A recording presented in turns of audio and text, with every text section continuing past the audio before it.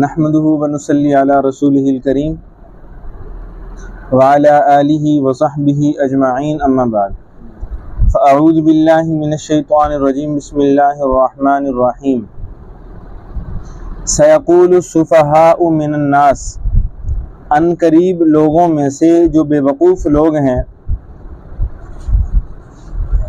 وہ یہ کہیں گے ما ولاہم عن قبلتہم التی کانوا علیہا کہ ان کو کس چیز نے ان کے قبلے سے پھیر دیا ہے جس قبلے پر یہ پہلے تھے۔ قل اے پیغمبر آپ کہہ دیجئے للہ المشرق والمغرب، مشرق اور مغرب اللہ ہی کے لیے ہیں۔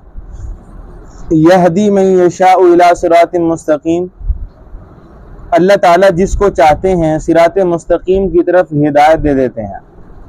وَكَذَلِكَ جَعَلْنَاكُمْ أُمَّةً وَسَطًا، اور اسی طرح ہم نے تمہاری امت کو افضل امت بنایا ہے۔ لِتَكُونُوا شُهَدَاءَ عَلَى النَّاسِ، تاکہ لوگوں پر گواہی دینے والے بن جاؤ۔ وَيَكُونَ الرَّسُولُ عَلَيْكُمْ شَهِيدًا، اور رسول صلی اللہ علیہ وسلم آپ پر گواہی دینے والے بن جائیں۔ وَمَا جَعَلْنَا الْقِبْلَةَ الَّتِي كُنْتَ عَلَيْهَا إِلَّا لِنَعْلَمَ، اور نہیں بنایا ہم نے اس قبلے کو جس پر آپ پہلے تھے مگر اس لیے تاکہ ہم ظاہر کر دیں مَن يَتَّبِعُ الرَّسُولَ مِمَّن يَنْقَلِبُ عَلَىٰ عَقِبَيْهِ، کہ کون رسول کی تابع داری کرتا ہے اور کون اپنی ایڑیوں پر واپس لوٹ جاتا ہے۔ وَإِنْ كَانَتْ لَكَبِيرَةً إِلَّا عَلَى الَّذِينَ هَدَى اللَّهُ، اور بے شک یہ بات بہت بھاری ہے مگر ان لوگوں پر کہ جن کو اللہ نے ہدایت دے دی ہے، یعنی ان پر کوئی بھاری نہیں ہے۔ وَمَا كَانَ اللَّهُ لِيُضِيعَ إِيمَانَكُمْ، اور اللہ تعالیٰ تمہارے ایمان کو ضائع نہیں فرمائیں گے۔ إِنَّ اللَّهَ بِالنَّاسِ لَرَؤُوفٌ رَحِيمٌ، بے شک اللہ تعالیٰ لوگوں کے لیے بہت شفیق اور بہت ہی مہربان ہے۔ قَدْ نَرَىٰ تَقَلُّبَ وَجْهِكَ فِي السَّمَاءِ، تحقیق ہم آپ کے چہرے کا آسمان کی طرف بار بار اٹھنا دیکھ رہے تھے۔ فَلَنُوَلِّيَنَّكَ قِبْلَةً تَرْضَاهَا، پس ہم آپ کو والی بنا دیں گے اس قبلے کا جس کو ترضاها آپ پسند کرتے ہیں، آپ چاہتے ہیں۔ فَوَلِّ وَجْهَكَ شَطْرَ الْمَسْجِدِ الْحَرَامِ، پس آپ اپنا چہرہ مسجد حرام کی طرف پھیر لیں۔ وَحَيْثُ مَا كُنْتُمْ، اور آپ جہاں کہیں بھی ہوں، فَوَلُّوا وُجُوهَكُمْ شَطْرَهُ، اپنا چہرہ اسی کی طرف پھیر لیا کریں۔ وَإِنَّ الَّذِينَ أُوتُوا الْكِتَابَ، اور بے شک وہ لوگ جن کو کتاب دی گئی یعنی اہل کتاب، لَيَعْلَمُونَ، وہ اس بات کو بخوبی جانتے ہیں، أَنَّهُ الْحَقُّ مِنْ رَبِّهِمْ، کہ یہ حقیقت ہے ان کے پروردگار کی طرف سے۔ وَمَا اللَّهُ بِغَافِلٍ عَمَّا يَعْمَلُونَ، اور اللہ تعالیٰ ان کے اعمال سے غافل نہیں ہے۔ وَلَئِنْ أَتَيْتَ الَّذِينَ أُوتُوا الْكِتَابَ بِكُلِّ آيَةٍ مَا تَبِعُوا قِبْلَتَكَ، اور اگر آپ ان لوگوں کے پاس جن کو کتاب دی گئی ہے ہر قسم کی نشانی بھی لے آئیں تو وہ پھر بھی آپ کے قبلے کی پیروی نہیں کریں گے۔ ما تتبعوا، پیروی نہیں کریں گے قبلتک، آپ کے قبلے کی۔ وما انت بتابع قبلتهم، اور آپ ان کے قبلے کی پیروی کرنے والے نہیں ہیں۔ وما بعضهم بتابع قبلۃ بعض، اور اگر آپ نے اور نہ ان میں سے بعض کے قبلے کی پیروی کرنے والے ہیں۔ وَلَئِنِ اتَّبَعْتَ، اور اگر آپ نے اتباع کر لی، آپ نے پیروی کر لی، أَهْوَاءَهُمْ مِن بَعْدِ مَا جَاءَكَ مِنَ الْعِلْمِ، ان کی خواہشات کی علم آ جانے کے بعد اگر آپ نے پیروی کر لی أَهْوَاءَهُمْ ان کی خواہشات کی، مِن بَعْدِ مَا جَاءَكَ مِنَ الْعِلْمِ، بعد اس کے کہ جو علم آپ کے پاس آ چکا ہے، إِنَّكَ إِذًا لَّمِنَ الظَّالِمِينَ، تو بے شک آپ ظالموں میں سے ہو جائیں گے۔ الَّذِينَ آتَيْنَاهُمُ الْكِتَابَ، وہ لوگ جن کو اللہ نے کتاب دے رکھی ہے، یعنی جو اہل کتاب ہیں۔ یعرفونہ، وہ ان کو اس طرح پہچانتے ہیں، کما یعرفون ابناءہم، جیسے وہ اپنی اولادوں کو پہچانتے، اپنے بیٹوں کو پہچانتے ہیں۔ وَإِنَّ فَرِيقًا مِّنْهُمْ، اور بے شک ان میں سے ایک فریق ایسا ہے، لَيَكْتُمُونَ الْحَقَّ، جو حق کو چھپاتا ہے، وَهُمْ يَعْلَمُونَ، جبکہ وہ جاننے والے ہیں۔ الحق من ربک، یہ حق ہے تمہارے پروردگار کی طرف سے، فلا تکونن من الممترین، بس آپ شک کرنے والوں میں سے نہ ہوں، آپ شک کرنے والوں میں سے نہ ہوں۔ معزز سامعین، جیسا کہ پہلے پارے کے آخر میں وَمَن يَرْغَبُ عَن مِّلَّةِ إِبْرَاهِيمَ إِلَّا مَن سَفِيَ نَفْسَهُ، وہاں پہ جہاں پہ بیت اللہ کی تعمیر کا ذکر تھا، میں نے آپ کے سامنے عرض کیا تھا کہ تحویل قبلہ کا حکم مفصل طور پہ آگے دوسرے پارے کی ابتدا میں آ رہا ہے۔ اب یہاں پہ اللہ تعالیٰ نے تحویل قبلہ کا حکم بیان فرمایا۔ تحویل قبلہ کا معنی یہ ہے کہ ابتداءً مسلمان جب مکۃ المکرمہ میں تھے تو اس وقت جو قبلہ تھا، قبلہ یعنی جس کی طرف رخ کر کے نماز پڑھی جاتی ہے، وہ بیت المقدس تھا۔ قبلہ کون سا تھا؟ بیت المقدس۔ بیت المقدس جو ہے یہ کہاں پہ ہے؟ فلسطین کے اندر ہے، ٹھیک ہے جی۔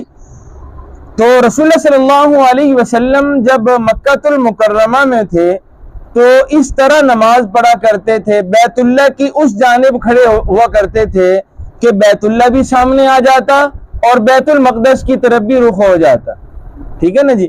لیکن جب رسول اللہ صلی اللہ علیہ وسلم مدینہ المنورہ میں چلے گئے تو ہجرت کے بعد اب حضور کی چاہت یہ تھی کہ اللہ میرا قبلہ بیت اللہ بنا دے، جو کہ مکۃ المکرمہ میں ہے، لیکن ابھی تک حکم نازل ہے، حکم نازل نہیں ہوا تھا، اس لیے کہ مدینہ المنورہ یہ بیت المقدس اور بیت اللہ کے درمیان میں ہے، وہاں پر صرف ایک ہی طرف رخ کیا جا سکتا تھا، یا جو ہے وہ بیت المقدس کی طرف کر لیتے یا پھر بیت اللہ کی طرف کر لیتے۔ تو حضور اللہ کے حکم سے اپنا چہرہ تو بیت المقدس ہی کی طرف رکھتے اور مسلمان بھی اسی کی طرف رخ کر کے نمازیں پڑھتے رہے، لیکن میرے پیغمبر کے دل کی شدید خواہش یہ تھی کہ اللہ تعالیٰ میرا قبلہ بیت اللہ بنا دے۔ تو بہرحال معزز سامعین، 17 مہینے تک رسول اللہ صلی اللہ علیہ وسلم اور صحابہ مدینہ المنورہ میں قبلہ اول یعنی بیت المقدس کی طرف رخ کر کے نمازیں پڑھتے رہے۔ 17 مہینوں کے بعد بنو سلمہ کی مسجد میں رسول اللہ صلی اللہ علیہ وسلم ظہر یا عصر کی نماز پڑھا رہے تھے کہ نماز کے دوران یہ آیات مبارکہ نازل ہوئے، ٹھیک ہے۔ تو رسول اللہ صلی اللہ علیہ وسلم دوران نماز 2 رکعتیں پڑھ لی تھی، 2 باقی تھیں، تو بقیہ جو 2 ہیں وہ رسول اللہ صلی اللہ علیہ وسلم نے بیت اللہ کی طرف رخ کر کے نمازیں پڑھی ہیں، اور کسی صحابی نے اس پر اعتراض نہیں کیا۔ اور جب مسجد قباء میں فجر کی نماز ہو رہی تھی، قباء والوں کو بھی تحویل قبلہ کے حکم کا جو ہے وہ علم نہیں ہوا تھا، وہ سابقہ اپنے جو ہے وہ حکم کے مطابق بیت المقدس کی طرف رخ کر کے نماز پڑھ رہے تھے۔ تو دوران نماز صحابہ نے بتایا کہ کیا آپ کو علم نہیں ہے کہ بیت اللہ کو اللہ نے قبلہ بنا دیا ہے، قبلہ جو ہے وہ ہمارا بدل چکا ہے۔ تو ان صحابہ نے بھی دوران نماز اپنا رخ بیت اللہ شریف کی طرف کر لیا، کسی صحابی نے کوئی اعتراض نہیں کیا۔ اعتراض ہوا ہے تو وہ یہودیوں کی طرف سے ہوا، اہل کتاب کی طرف سے ہوا، اور 2 اعتراض جو ہے وہ یہاں پر ان آیات مبارکہ میں اللہ نے ان کے نقل کیے ہیں۔ پہلا اعتراض تو ان کا یہ تھا کہ مسلمان جو ہیں یہ پہلے جو ہے وہ بیت المقدس کی طرف رخ کر کے نمازیں کیوں پڑھتے رہے، ٹھیک ہے جی۔ اگر پہلے جو ہے وہ بیت المقدس کی طرف رخ کر کے نمازیں پڑھ رہے تھے تو اب انہوں نے بیت اللہ کو اپنا قبلہ کیوں بنا لیا، ٹھیک ہے۔ اگر بیت المقدس غلط تھا تو اس کی طرف رخ کیوں کرتے رہے، ٹھیک ہے۔ بیت اللہ کی طرف ابتدا ہی سے جو ہے وہ رخ کیوں نہیں کیا۔ پہلا اعتراض تو ان کا یہ تھا کہ انہوں نے قبلہ تبدیل کیوں کیا ہے۔ اللہ نے اس کا بھی جواب یہاں پہ دیا، اور اللہ نے اس کا جواب یہ دیا کہ جہتیں اور سمتیں یہ ساری کی ساری اللہ کی ہیں، قل للہ المشرق والمغرب، مشرق اور مغرب، شمال جنوب، یہ سب کس کا ہے؟ یہ سب اللہ کا ہے۔ جب اللہ کا ہے تو اللہ کو حکم دینے کا اختیار حاصل ہے، یہ حق حاصل ہے، وہ چاہے تو تمہیں مشرق کی طرف کرنے کا حکم دے دے، چاہے تو تمہیں مغرب کی طرف کر کے حکم جو ہے وہ نماز کا دے دے، یہ اس کا حق ہے، اس کا اختیار ہے۔ تمہیں یہ چاہیے کہ تم صرف اور صرف اللہ کی اتباع اور فرما برداری کرو، ٹھیک ہے جی۔ دوسرا اعتراض انہوں نے، یہودیوں نے یہ کیا کہ اگر بیت المقدس جو ہے وہ قبلہ صحیح نہیں تھا اور بیت اللہ ہی اصل قبلہ تھا، تو وہ لوگ جنہوں نے بیت المقدس کی طرف رخ کر کے نمازیں پڑھی ہیں، یا وہ لوگ جو اس دوران فوت ہو گئے، ان کو بیت اللہ کی طرف رخ کر کے نماز پڑھنے کا موقع ہی نہیں مل سکا، تو ان کی پہلی سابقہ ادا شدہ نمازوں کا کیا حکم ہے؟ وہ کہاں جائیں گی؟ یہ بھی اعتراض جو ہے وہ انہی کی طرف سے آیا۔ تو اللہ تعالیٰ نے اس کی بھی وجہ جو ہے وہ بھی اس کا بھی جواب دیا۔ اللہ فرماتے ہیں کہ جو پہلی نمازیں انہوں نے ادا کی ہیں وہ ساری کی ساری اللہ نے قبول کر لی۔ بات سمجھیں؟ اور دو علتیں اور دو وجہیں بیان فرمائی ہیں، دو غرضیں بیان کی ہیں کہ ہم نے بیت اللہ کو قبلہ کیوں بنایا ہے۔ پہلی جو وجہ اللہ نے بیان فرمائی وہ تو یہ کہ ہم بیت اللہ کو قبلہ اس لیے بنا رہے ہیں کہ ہم لوگوں میں سے جانچ لیں کہ کون اللہ کے حکم کی اتباع کرتا ہے اور کون اللہ کے حکم کی جو ہے وہ نافرمانی کرتا ہے، ٹھیک ہے جی۔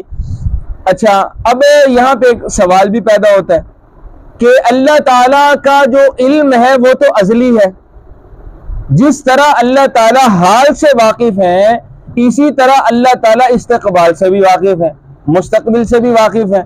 کون فرما بردار رہے گا، کون نافرمان ہو جائے گا، یہ اللہ کے علم میں ہے۔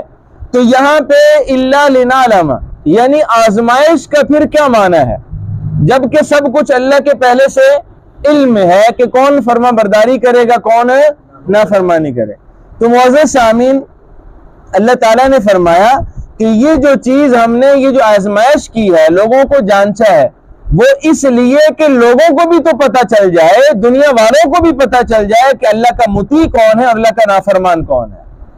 اللہ کے علم میں تو یہ بات ہے، لیکن لوگوں کے سامنے بھی آ جانا چاہیے کہ اللہ کی فرما برداری کون کرتا ہے اور اللہ کی نافرمانی کون کرتا ہے۔ اسی طرح معزز سامعین، دوسری وجہ اللہ تعالیٰ نے بیت اللہ کو قبلہ بنانے کی وہ یہ بیان فرمائی کہ سرکار دو عالم صلی اللہ علیہ وسلم کی قلبی خواہش یہ تھی، حضور کے دل کی جو ہے وہ شدید خواہش تھی کہ اللہ تعالیٰ جو ہے وہ میرا قبلہ کون سا بنا دے؟ بیت اللہ شریف کو بنا دے۔ اللہ نے حضور کی اس خواہش کی لاج رکھتے ہوئے، اس خواہش کو جو ہے وہ پورا کرتے ہوئے اللہ تعالیٰ نے بیت المقدس کی بجائے بیت اللہ کو قبلہ بنانے کا حکم دیا ہے۔ بات سمجھیں؟ یہ وہ مضمون ہیں جو ان آیات مبارکہ کے اندر ہیں۔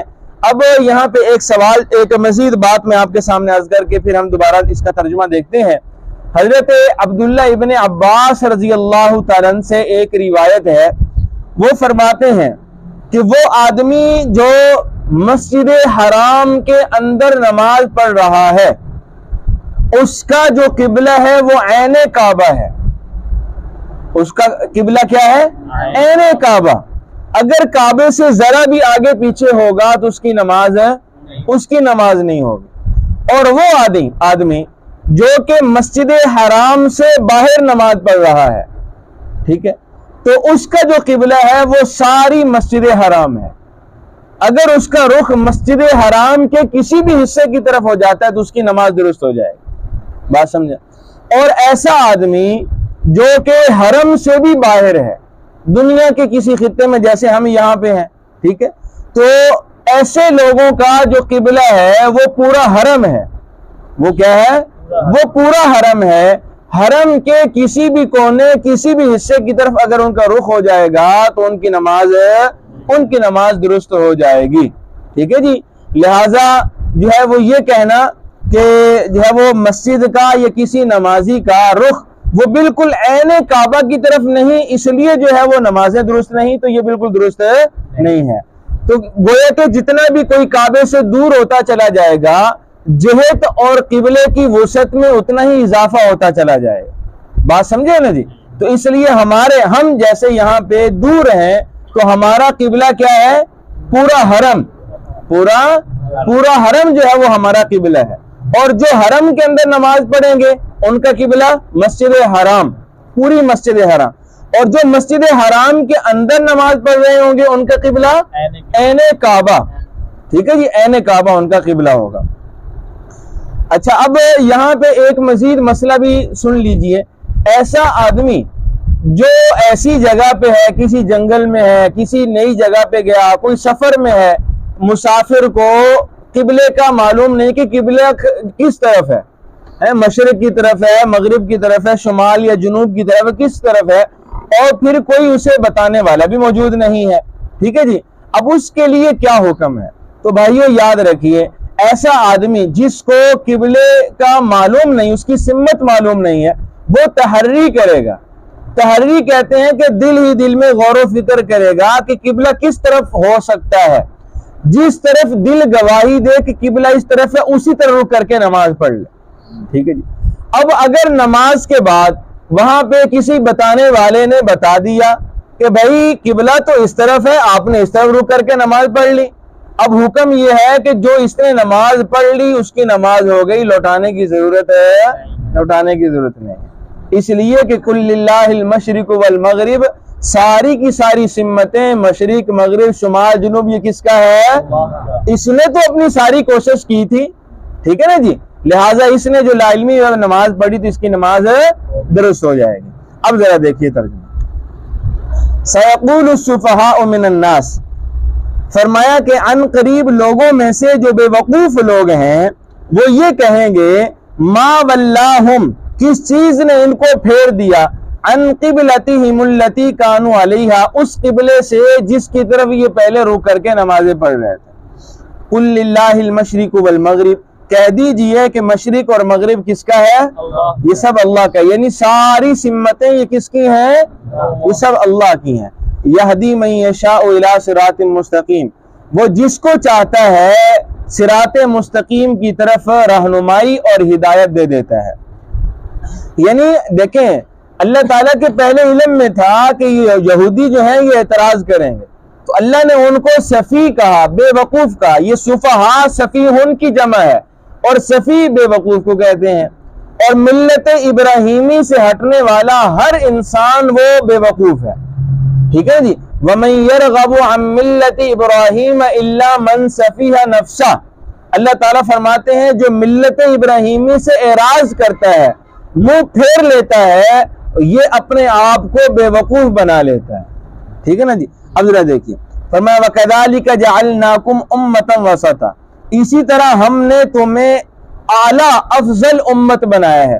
یہاں وسطن کا ویسے معنی یہ اوسط سے ہے، اور اوسط جو ہے وہ درمیانی چیز کو کہتے ہیں، یعنی ہم نے تمہیں درمیانی امت بنایا ہے۔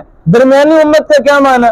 کہ تم ایسی امت ہو جو کمی اور زیادتی سے محفوظ ہو، افراد تفریط سے محفوظ ہو، یعنی بالکل درمیان میں ہو، ٹھیک ہے، نہ تمہارے اندر کوئی کمی ہے اور نہ ہی تمہارے اندر کوئی زیادتی ہے، اور ظاہر سی بات ہے جو صحیح جگہ پہ کھڑا ہو وہی فضیلت والا ہوتا ہے، ٹھیک ہے۔ اس لیے فرمایا اللہ تعالیٰ نے کہ امت محمدیہ ہم نے تمہیں فضیلت والی امت بنایا ہے، ہم نے تمہیں فضیلت والی امت بنایا ہے۔ اچھا، یہ فضیلت کیوں عطا فرمائی؟ اس لیے لِتَكُونُوا شُهَدَاءَ عَلَى النَّاسِ، کہ تم لوگوں پر گواہ ہو، تم لوگوں پر گواہ ہو۔ اچھا، یہ گواہی سے کیا مراد ہے؟ بھئی معزز سامعین یاد رکھیے، کل قیامت کے دن، یہ ایک طویل حدیث ہے، اور یہ الزہد، یہ حضرت حسن بصری رحمۃ اللہ علیہ کی کتاب ہے، انہوں نے اپنی اس کتاب کے اندر ایک روایت بیان فرمائی ہے کہ کل قیامت کے دن اللہ تعالیٰ جبریل امین علیہ السلام کو بلائیں گے اور ان سے کہیں گے کہ جو امانت میں آپ کے سپرد کرتا رہا، آپ نے میری اس امانت کا کیا کیا؟ کیا وہ تم تک پہنچی؟ جبریل امین کہیں گے الہ العالمین مجھ تک پہنچی۔ تو آپ نے پھر میری اس امانت کے ساتھ کیا کیا؟ جبریل امین فرمائیں گے کہ الہ العالمین میں نے وہ آپ کی امانت آپ کے پیغمبروں تک پہنچا دی۔ اللہ تعالیٰ پھر پیغمبروں کو بلائیں گے، کیا جبریل نے میری وہ امانت آپ تک پہنچائی تھی؟ تو پیغمبر کہیں گے کہ الہ العالمین انہوں نے آپ کی امانت ہم تک پہنچائی تھی. اب جبریل امین علیہ السلام کی خلاصی ہو جائے گی. اب اللہ تعالیٰ انبیاء سے پوچھیں گے آپ نے میری اس امانت کا پھر کیا کیا؟ تو وہ تمام انبیاء کرام علیہ السلام اللہ کے حضور یہ عرض کریں گے کہ الہ العالمین ہم نے وہ آپ کی امانت، وہ پیغام اپنی اپنی امتوں تک پہنچا دیا تھا. اللہ پھر امتوں کو بلائیں گے اور امتوں سے پوچھیں گے کہ میرے انبیاء اور رسولوں نے کیا میری وہ امانت تم تک پہنچائی تھی؟ تو اب اس روایت میں آتا ہے کہ ان امتوں میں سے بعض امتیں تصدیق کریں گی، بعض جھٹلا دیں گی، تکذیب کریں گی. ٹھیک ہے، بعض کہیں گی کہ آپ کے رسولوں نے جو ہے وہ پیغام آپ کی امانت ہم تک پہنچائی تھی، اور بعض کہیں گے ہم تک نہیں پہنچائی تھی. اب جب یہ معاملہ اس طرح گڑبڑ ہو جائے گا تو اللہ تعالیٰ انبیاء سے کہیں گے آپ کے پاس کیا کوئی گواہ ہے کہ آپ نے اپنی امانتیں ان تک پہنچا دی تھی اپنی اپنی امتوں پر؟ تو اس وقت انبیاء اور رسول کہیں گے کہ ہاں ہمارے پاس گواہ ہیں. اللہ فرمائیں گے کون گواہ ہے؟ تو وہ کہیں گے کہ امت محمدیہ ہمارے پاس بطور گواہ کے ہے. اب جب امت محمدیہ کو بطور گواہ پیش کیا جائے گا اور یہ گواہی دیں گے کہ الہ العالمین آپ کے ان پیغمبروں اور رسولوں نے آپ کے پیغام، آپ کی وحی، آپ کی امانت کو اپنی اپنی امتوں کے سپرد کر دیا ہے، تو اس وقت وہ امتیں تل ملا اٹھیں گی اور وہ کہیں گی کہ الہ العالمین ان لوگوں کو تو ہم جانتے ہی نہیں، یہ کہاں سے آگے، ہم نے تو ان کو دیکھا ہی نہیں. ٹھیک ہے، یہ گواہی کیسے دے سکتے ہیں؟ تو پھر اللہ تعالیٰ پھر امت محمدیہ سے سوال کریں گے ہاں بھئی بات تو ان کی معقول ہے کہ آپ تو اس وقت موجود نہیں تھے، تو آپ گواہی کیسے دے سکتے ہیں؟ تو امت محمدیہ کہے گی یعنی ہم جو ہے وہ اللہ کے سامنے جو ہے وہ گواہی دیں گے الہ العالمین آپ کی وہ کتاب، آپ کا وہ قرآن جو آپ نے ہمارے پیغمبر پر اتارا تھا، ہم نے اس میں پڑھا تھا کہ ان انبیاء نے آپ کی امانت صحیح طریقے سے اپنی اپنی امتوں کے سپرد کر دی، اس کی بنا پہ ہم گواہی دے رہے ہیں. بات سمجھے نا جی؟ تو یہ معنی ہے کہ لِتَكُونُوا شُهَدَاءَ عَلَى النَّاسِ کہ تم اے امت محمدیہ تم پہلے لوگوں پر کیا بنو گے؟ گواہ بنو گے. بات سمجھے نا جی؟ وَيَكُونَ الرَّسُولُ عَلَيْكُمْ شَهِيدًا اور رسول تم پر گواہ بنیں گے، یعنی پھر اس گواہی کی تصدیق حضور سے بھی کی جائے گی. اب رسول اللہ صلی اللہ علیہ وسلم سے پوچھا جائے گا، اللہ تعالیٰ پوچھیں گے کیا آپ کی امت یہ صحیح کہتی ہے؟ تو پھر حضور آخر میں گواہی دیں گے کہ الہ العالمین بالکل یہ امت میری صحیح کہتی ہے کہ یقیناً آپ کے ان انبیاء نے جو آپ کا پیغام تھا وہ اپنی اپنی امتوں کے سپرد کر دیا، ان تک پہنچا دیا تھا. ٹھیک ہے جی، اب ذرا دیکھیے وَمَا جَعَلْنَا الْقِبْلَةَ الَّتِي كُنْتَ عَلَيْهَا إِلَّا لِنَعْلَمَ اللہ فرماتے ہیں کہ ہم نے اس قبلے کو تمہارے لیے اس لیے جو ہے وہ بنایا ہے، ٹھیک ہے، اور نہیں بنایا ہم نے اس قبلے کو جس پر آپ تھے مگر اس لیے تاکہ لِنَعْلَمَ مَن يَتَّبِعُ الرَّسُولَ ہم جان لیں کہ کون رسول کی اتباع کرتا ہے، مِمَّن يَنقَلِبُ عَلَىٰ عَقِبَيْهِ اور کون اپنی ایڑیوں پر واپس لوٹتا ہے. ایڑیوں پر واپس لوٹنے کا کیا مطلب؟ اپنی بات سے کون پھر جاتا ہے. ٹھیک ہے نا جی؟ اچھا یہاں میں نے آپ کے سامنے عرض کیا کہ لنا علامہ سے کیا مطلب ہے. یہاں پہ ایک اعتراض ہوتا ہے نا کہ اللہ تعالیٰ کے تو علم میں سب کچھ ہے، پھر اللہ تعالیٰ کا معلوم کرنے کا کیا معنی؟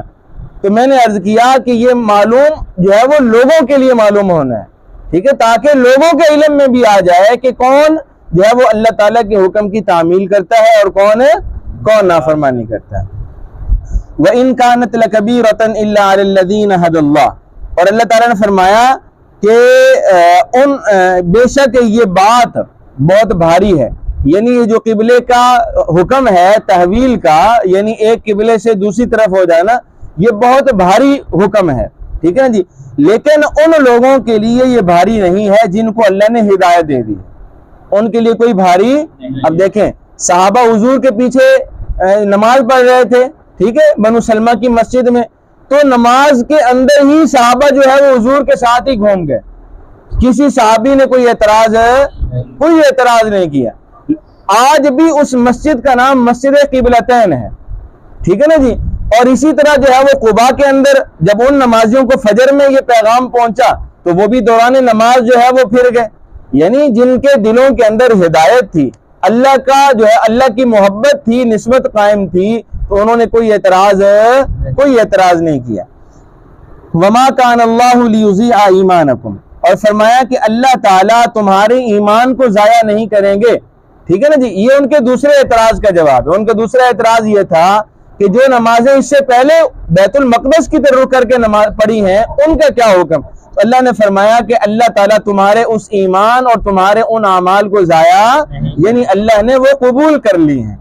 ان اللہ بالناس لرؤوف الرحیم، بلا شبہ اللہ تعالیٰ لوگوں کے ساتھ انتہائی شفقت کرنے والے اور بڑے ہی مہربان رحم کرنے والے ہیں۔ قد نرى تقلب وجهك في السماء، اب یہاں پہ اللہ تعالیٰ نے دوسری وہ وجہ بیان فرمائی جس وجہ سے اللہ نے بیت المقدس کی بجائے بیت اللہ کو قبلہ بنایا، اور وہ کیا ہے وجہ؟ اللہ فرماتے ہیں قد نرى، تحقیق ہم دیکھ رہے تھے، تقلب وجهك في السماء، آپ کے چہرے کی طرف جو بار بار آسمان کی طرف اٹھتا تھا، یعنی حضور کو انتظار تھا کہ اللہ تعالیٰ کب جو ہے وہ بیت اللہ کا حکم عطا فرما دیں اس کو قبلہ بنانے کا۔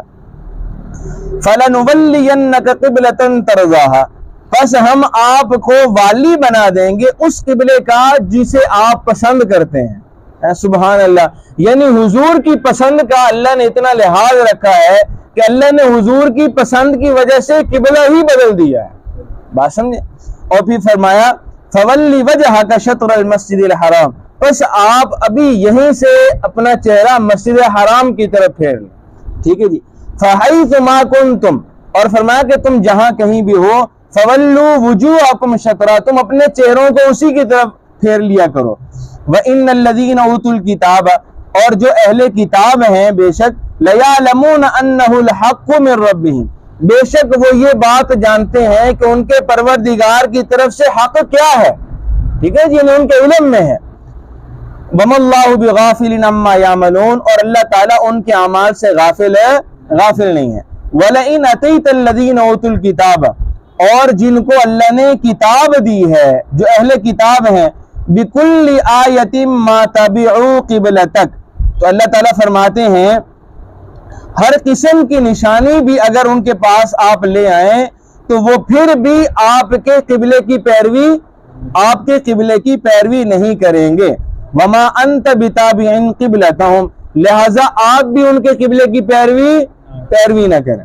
اور فرمایا کہ وما بعضهم بتابع قبلۃ بعض، اور نہ ان میں سے بعض کے قبلے کی تابعداری کرنے والے ہیں، یعنی ان کا آپس میں بھی اختلاف ہے۔ تو فرمایا وَلَئِنِ اتَّبَعْتَ أَهْوَاءَهُمْ، اگر آپ نے ان کی خواہشات کی پیروی کر لی، اور یہاں پہ دیکھیے اللہ تعالیٰ کس کو فرما رہے ہیں؟ رسول صلی اللہ علیہ وسلم کو فرما رہے ہیں کہ اگر آپ نے غیر مسلموں کی خواہشات کی اتباع اور پیروی کر لی، من بعد ما جاءک من العلم، بعد اس کے کہ آپ کے پاس اب علم آ چکا ہے، وحی آ چکی ہے، اللہ کا قرآن آ چکا ہے، انک اذا لمن الظالمین، اگر آپ نے پیروی کر لی تو آپ بھی ظالموں میں سے ہو جائیں گے، ٹھیک ہے۔ تو جب رسول اللہ صلی اللہ علیہ وسلم کو اتنی تنبیہ کی جا رہی ہے تو اگر کوئی امتی وہ اغیار کی پیروی کرے گا، ان کی مشابہت اپنائے گا، تو کیا وہ ظالموں میں سے نہیں ہوگا؟ وہ بھی اپنی جانوں پر ظلم کرنے والا ہوگا۔ اس لیے معزز سامعین، اغیار کی اتباع اور پیروی ہم نے نہیں کرنی، ان کی مشابہت اختیار نہیں کرنی، بلکہ ہم نے پیروی اپنے پیغمبر کی کرنی ہے، اتباع ہم نے اللہ کے احکام کی کرنی ہے، اور ہم نے صحابہ کرام کے نقش قدم پر چلنا ہے، اسی کے اندر جو ہے وہ کامیابی ہے۔